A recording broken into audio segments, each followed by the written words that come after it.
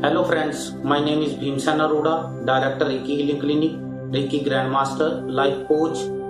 Recce का अभ्यास आप खुली आंखों से या बंद आंखों से दोनों रूप में कर सकते हैं। जब आपको जरूरत पड़े तो आप खुली आंख से जो काम करना है कर लो। उसके बाद जब आपको जरूरत नहीं है तब आप अपनी आंखें बंद कर लोगे। बंद आंखों में रेकी के फ्लो का एहसास बहुत बढ़िया होता है और मजा बहुत ज्यादा आता है। इसलिए हम लोग बंद आंखों से रेकी का अभ्यास करने की कोशिश करते हैं। रेकी सुबह, दोपहर, शाम आदि रात को आप जब मर्जी कर सकते हैं। ये रेकी बेडरूम में भी की जा सकती है, ड्राइंग रूम में भी की जा सकती है, सड़क पे भी कर सकते हैं, ट्रेन पे भी कर सकते हैं, ऑफिस में भी बैठ के कर सकते हैं। इवन जरूरत पड़े तो हमें वॉशरूम में रेकी करनी पड़े तो भी कर सकते हैं। अब आप बोलोगे वॉशरूम में भी रेकी की जा सकती है।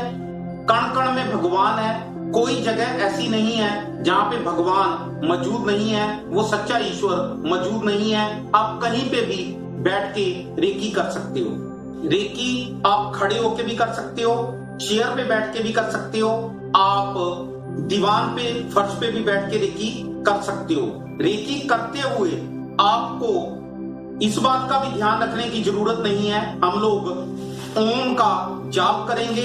सिर्फ ओम का जाप करते हुए ही आपको रीढ़ की हड्डी सीधी रखने की जरूरत है, स्पाइनल कॉर्ड सीधी रखने की जरूरत है। बाकी सभी टाइम आप स्पाइनल कॉर्ड सीधी किए बिना भी रेकी कर सकते हो।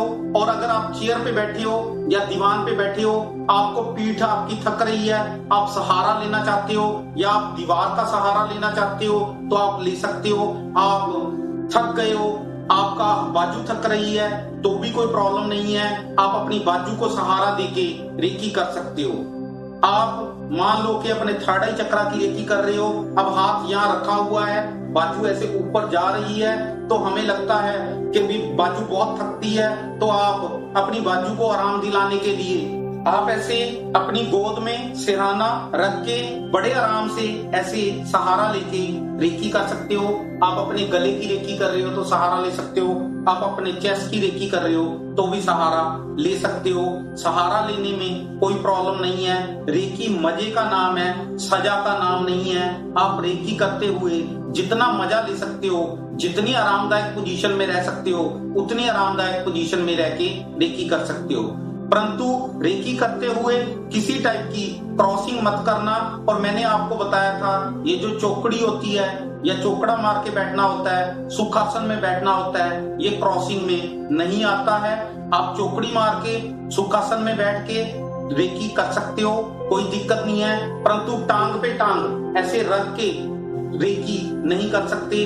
आप बेड पे लेटे हुए हो, सराहने का साइड से सहारा लिया हुआ है, कोई प्रॉब्लम नहीं। आप लेट के भी रेकी कर सकते हो, बैठ के भी कर सकते हो, खड़े होके भी रेकी कर सकते हो। आप रेकी करते करते खड़े होके आप रेकी कर रहे थे, आप थक गए हो, आप बैठ गए, बैठ के रेकी कर रहे थे, आपको थकावट महसूस हो रही है, आप थोड़े से टेढ़े मेढ़े होके किसी चीज का सहारा लेके रेकी कर रहे हो, कोई प्रॉब्लम नहीं है। या आप बेड पे लेट गए, बड़े आराम से सपोर्ट वगैरह यहाँ फंसा के सराहने की आराम से रेकी कर रहे हो, वो भी कोई परेशानी नहीं है। रेकी जब मर्जी, जिस मर्जी टाइम में, जहां मर्जी और जैसे मर्जी आप कर सकते हो। ये रेकी की खासियत है, इसीलिए मैं रेकी को प्योर साइंस बोलता हूं, क्योंकि ये साइंस ही है, प्योर साइंस है। Systematic study of any subject is called science.